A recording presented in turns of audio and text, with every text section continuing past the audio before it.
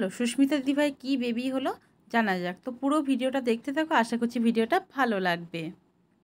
নমস্কার, welcome back to my channel Bengali blogger Moumita চ্যানেলের পক্ষ থেকে জানাই অনেক অনেক স্বাগত, অনেক অনেক ভালোবাসা। আমি ভালো আছি, আই হোপ তোমরা সবাই খুব ভালো আছো।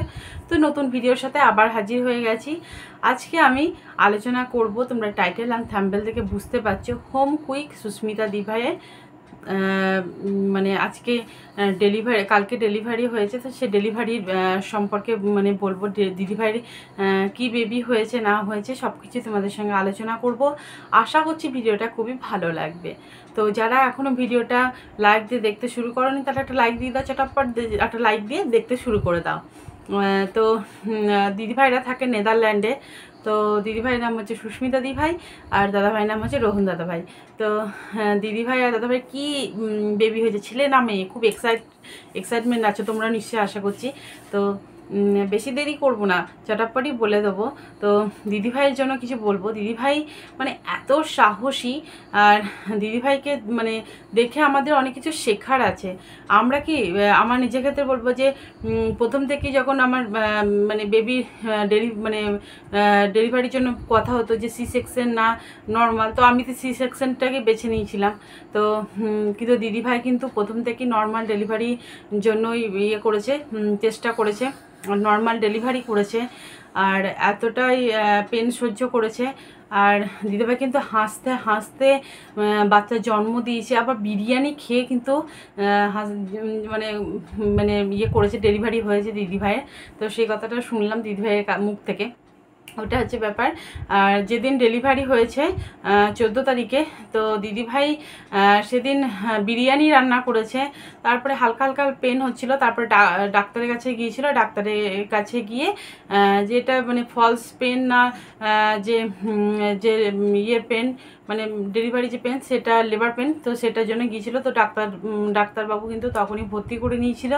তো সেদিনই দিদিভাই কিন্তু মোটামুটি সেদিন হয়নি কিছু ইয়ের জন্য, মানে যে দিদিভাই তো নর্মালের জন্য চেষ্টা করছিল, তার জন্য কে মিড ওয়াইফ না কে একটা ছিল, তো নতুন মিড ওয়াইফের জন্য দেরি হয়ে গিয়েছিলো, তার জন্য সেদিন হয়নি, 15 তারিখে হয়েছে। তো সেটাই বললো দিদিভাই।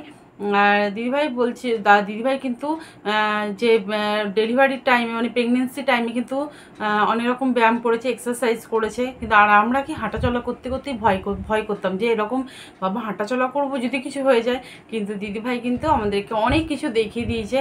আর ওরা দুজনেই কিন্তু, রোহন দাদা ভাই আর সুস্মিতা দিদিভাই দুজনেই কিন্তু নেদারল্যান্ডে একা একা এই জিনিসটাকে হ্যান্ডেল করেছে, কোনো ফ্যামিলির লোক কিন্তু ছিল না। ওদেরকে দেখে সত্যি কথা মানে কোনো তুলনা হয় না। আর দিদিভাই ভিডিওতে এমনিতেও বলছে যে এরকম তোমরা ভয় করবে না, যে এখন কিন্তু চিকিৎসা ব্যবস্থা কিন্তু অনেক ডেভেলপমেন্ট হয়েছে। হ্যাঁ পেন হবে একটু, কিন্তু শেষ মুহূর্তে ডেলিভারির টাইমে যে শেষ মুহূর্তে যে বিরাট পেন হবে সেটা না, ভয় করা দরকার নেই। কিন্তু সত্যি কথাই তার সি সেকশনের থেকে কিন্তু নর্মাল ডেলিভারি কিন্তু অনেক বেটার। তো আর যে শক খাওয়া, যেরকম যে কারেন্টে যেমন শক খায় না, সেরকম একটা পেন হয়। তো ওইগুলোই বলছিল দিদিভাই। আর দিদিভাইয়ের মানে কি টেনশনের জন্য কিছু খাবার খেতে পারিনি, তো তার জন্য দাদাভাই কিছু জন্য বাড়ির রুমে গিয়েছিলো, তো ওদের বিরিয়ানিটা প্যাক করে নিয়ে এসেছিলো, সেই বিরিয়ানিটা খেলো।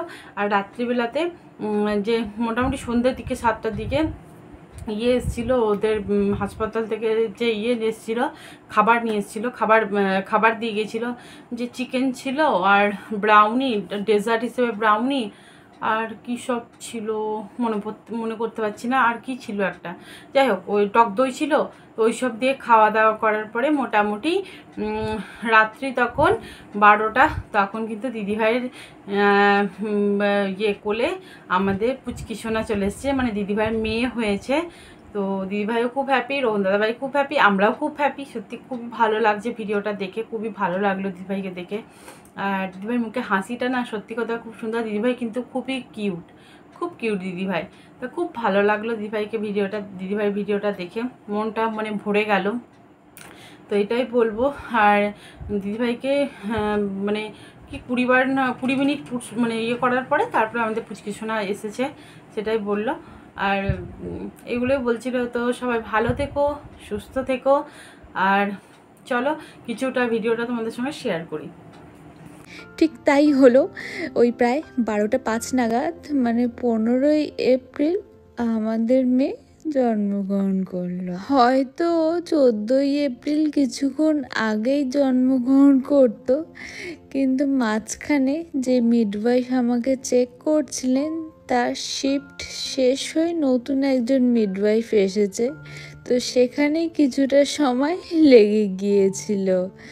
তো প্রায় 20 মিনিটের মতো পুশ করার পরে অবশেষে বেবি বাইরে এলো।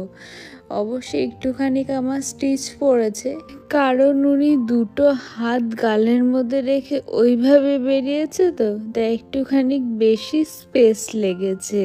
তো যাই হোক, সবশেষে একটাই কথা বলবো, অনেকেই মানে আমার চেনা পরিচিতর মধ্যে অনেককেই দেখেছি নর্মাল ডেলিভারিতে লেবার পেন সহ্য করার ভয়ে সি সেকশন চেয়ে নেয়, কিন্তু আমি বলবো এখন মেডিকেল সিস্টেম অনেক অ্যাডভান্স হয়ে গিয়েছে, অতটা শেষ পর্যন্ত পেন না সহ্য করলেও চলে।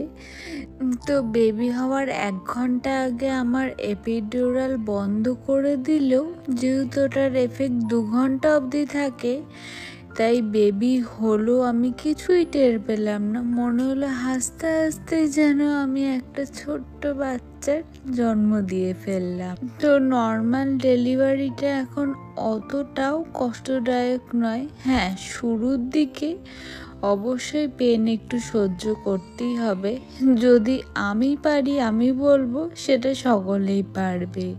আর এই পুরো সিচুয়েশনে শুরু থেকে ডেলিভারি পর্যন্ত রোহন একদম আমার পাশে ছিল, এমনকি আমার আগে ওই দেখে বেবিকে আম্বেলিকাল কর্ডটা কেটে আমাদের দুজনকে ওই আলাদা করে। তো তোমরা দেখতেই পেলে যে আমাদের পুচকি সোনাকে, তো পুচকি সোনাও কিন্তু খুব কিউট হয়েছে। তো আর দাদাভাই কিন্তু যে নাভির যে কট, সেই কটটা কিন্তু কেটে নিয়েছে, কেটে দিলেও দেখলে তোমরা দেখতেই পেলে। তো নাভির কটটা কাটার পরে যে একটা বাচ্চার পেটের ওইখানে নাভির ওইখানে একটা কট থাকে, সেই কটটাকে আলাদা করতে হয়, সেই জন্য দাদাভাই কটটাকে কেটে দিলেও পুচকি সোনার ওয়েট মাপা হয়ে গেল।